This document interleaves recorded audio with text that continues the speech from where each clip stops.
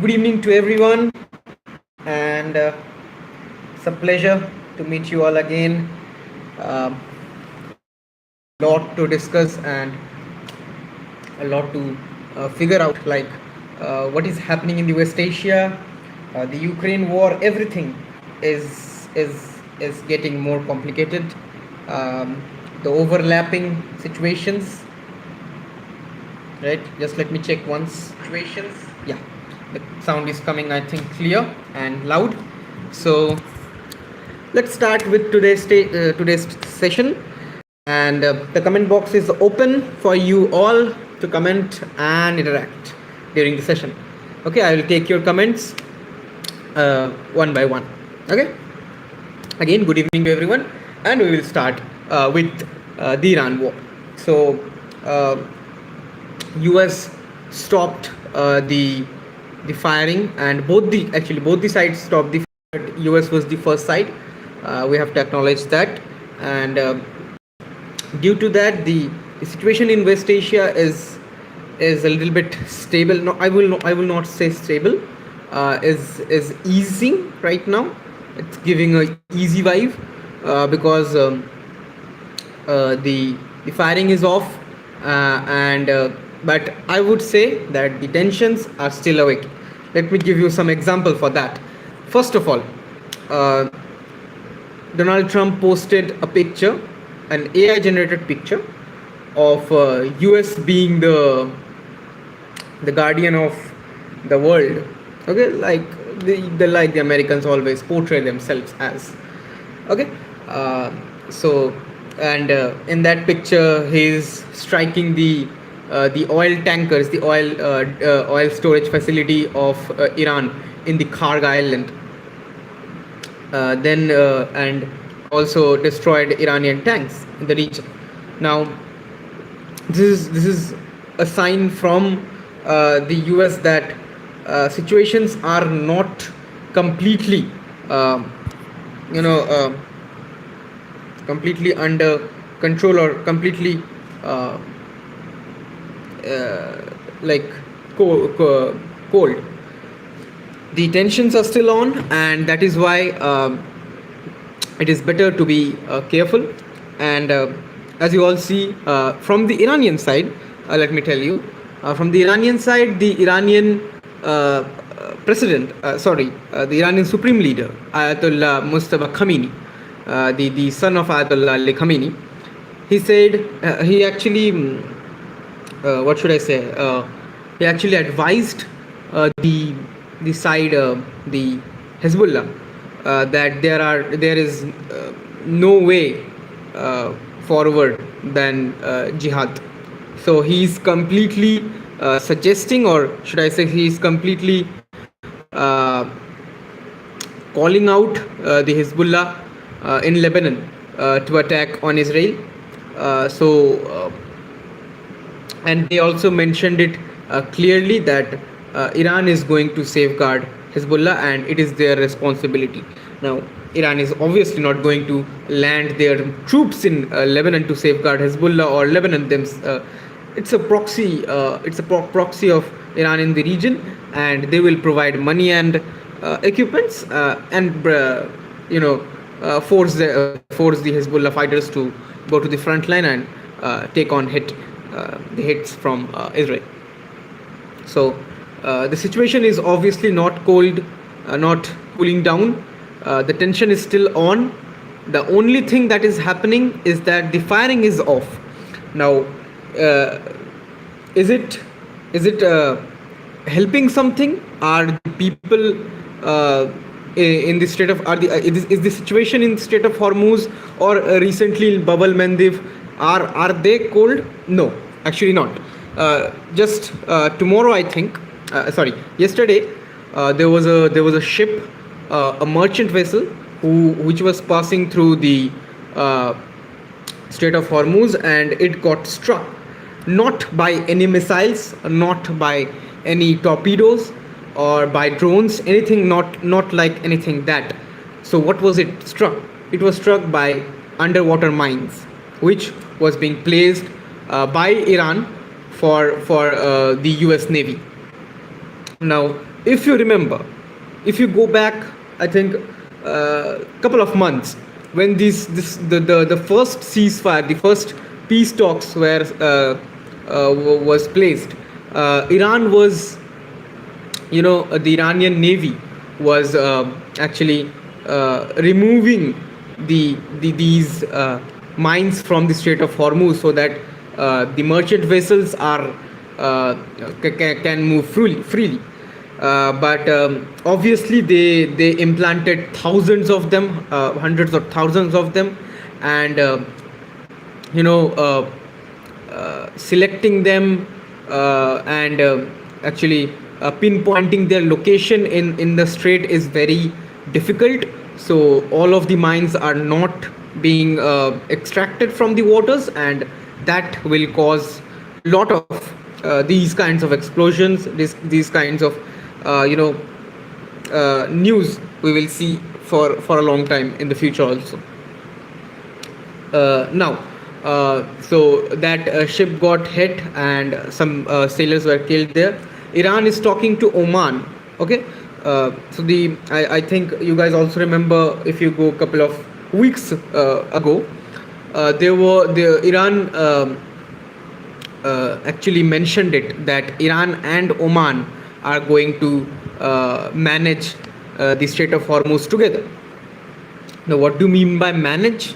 They will manage, and they will ensure the security of the merchant vessels in the region, and will provide and will collect, I think, a security fees from the vessels. Um, Oman is a pro-US country, or I should say was a pro-US country, because when this what should I say, this news initially came out, Donald Trump was not happy, and he even on record said that US will blow up Oman. Now, a statement like this from a friendly country actually will not boost your relations, right? And that is what happened with Oman US relations. And now Oman is talking to Iran, and Iran mentioned it clearly that US is nowhere involved in these talks. That how Iran and Oman are thinking to manage the Strait of Hormuz. Moving on to the next portion of the issue, that is not about Iran, it is about Israel. Now, if Lebanon continues to strike Israel, everyone knows that the war is not controlled by US or Iran. The war is controlled by Israel. So if Israel continues to blowing up Hezbollah and keep fighting them, it will this ceasefire, the time of this ceasefire will not last very long, to be honest. And this happened earlier also, during when Pakistan was mediating the peace talks, and they say to the the Iranian side that Hezbollah is involved, and to the American side that Lebanon is not involved in the peace talks, and that created a misunderstanding, and later on Israel struck Lebanon, and the ceasefire was crashed. So from that perspective, the history can repeat itself again, and Israel and Lebanon's fight can bring back US and Iran on the battlefield again. So that is a concern for the region, and that is going to happen. What everyone can see, that is the future of this region. So the war will continue. Now, why was it stopped in the first place? I'm not talking about the first ceasefire. Now, why is it stopped? Reports are claiming that one third of US's stockpile of ammunitions are now empty, because of the heavy use of weapons, the heavy use of, what should I say, cheap weapons, like cheaper drones. At one point, shooting down an Iranian drone was more expensive than letting it hit a part of the Middle East for USA. So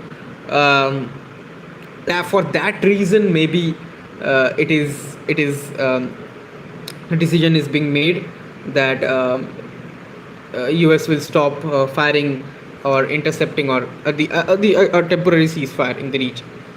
Okay, so this is the Iran US war part. Now we have a connection for about this in our later section. The second section we have is about the Ukraine war. The two major wars going on. We talked about the US Iran war, now the Ukraine war. Now, in the Ukraine war, it seems that um, the two wars are on the brink. The two conflicts are on the brink to collide with each other, right? As recently, an Iranian ship was being targeted by Ukraine in the Black Sea, uh, and that could be a massive what should I say, a massive uh, escalation of both the conflicts. Uh, the Ukrainian side blamed the Iranian ship that it was carrying some weapons, and it cannot let these kind of activities in the Black Sea. So they blocked, or so sorry, they struck it. In that sense, it is very concerning, because if you take the First and Second World War, things went like this only. Okay, uh, two separate conflicts going on, and somehow both of them collides with each other, and the overlapping of things, the overlapping of the wars, the conflicts, it brings a country to fight with the enemy, the friend of its enemy. So that can happen, where Russia and Iran can team up against Ukraine, Israel, and in that case, I don't think that Europe will be far away from the conflict, because they will have to jump in. If in case Ukraine falls, if in case Kiev falls, the next number will be the NATO countries, according to the European Union. Okay, so the two wars, as I said, is on the brink of colliding with each other. Now, in case of um, this was about the Ukraine war and Iran war intersection. Now, what is happening in Ukraine war solely? So Russia is, I think, is very close to finalizing another deal with North Korea, or have done it, in which 30,000 North Korean soldiers are coming to Russia. Um, Russia is in the mood to capture the Donbas region in Ukraine very soon, and the peace talks are completely gone. It's nowhere in the scenario in case of the Ukraine-Russia war. The US itself is in a war. Okay, so North Korean soldiers are again going to enter in the arena, in the Ukraine war arena, and what will North Korea gain from it? Obviously, money and technology. Okay, from Russia. Okay, now the perspective of India. Okay, I will give you a moment because I have speed run this session almost for a lot of time. So, okay, you guys can comment. The comment section is open if you have any questions.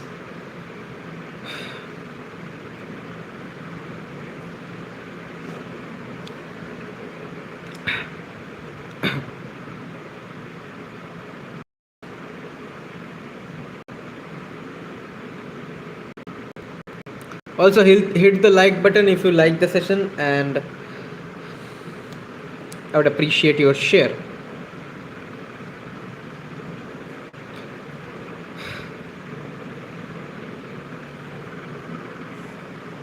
Okay, that is enough resting. Let's move on to our next topic, and that is about Indian seafarers.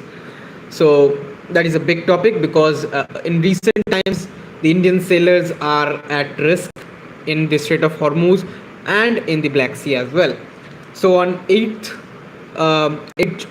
July, uh, an Ukrainian missile struck a vessel in which one Indian sailor was killed. The next day, on 19th July, a Russian missile struck a vessel, a merchant vessel. These are all merchant vessels, okay? Merchant vessel in the Black Sea, and four Indian sailors were being killed. Now, because of that, the Russian envoy, the Russian, I think he was not the Russian ambassador to India. He was the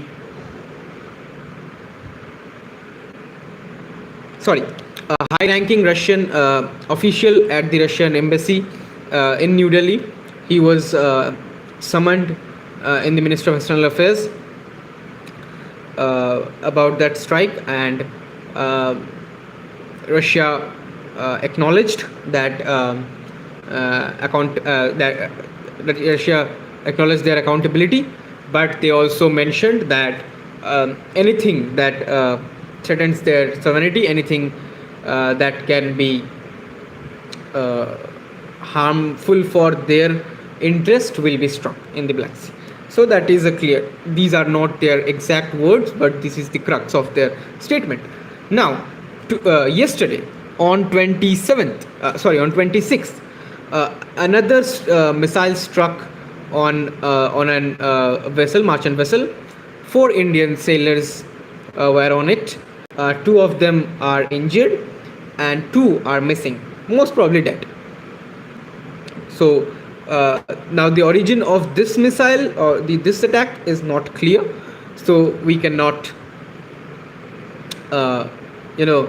pinpoint the accountability section. Now, the Minister of External Affairs already mentioned that the Indian sailers who are thinking or who are getting offers from the merchant companies to sail in those regions instead of Hormuz or Black Sea, they need to be careful, extra careful, and check the advisory, or check the offer clearly, and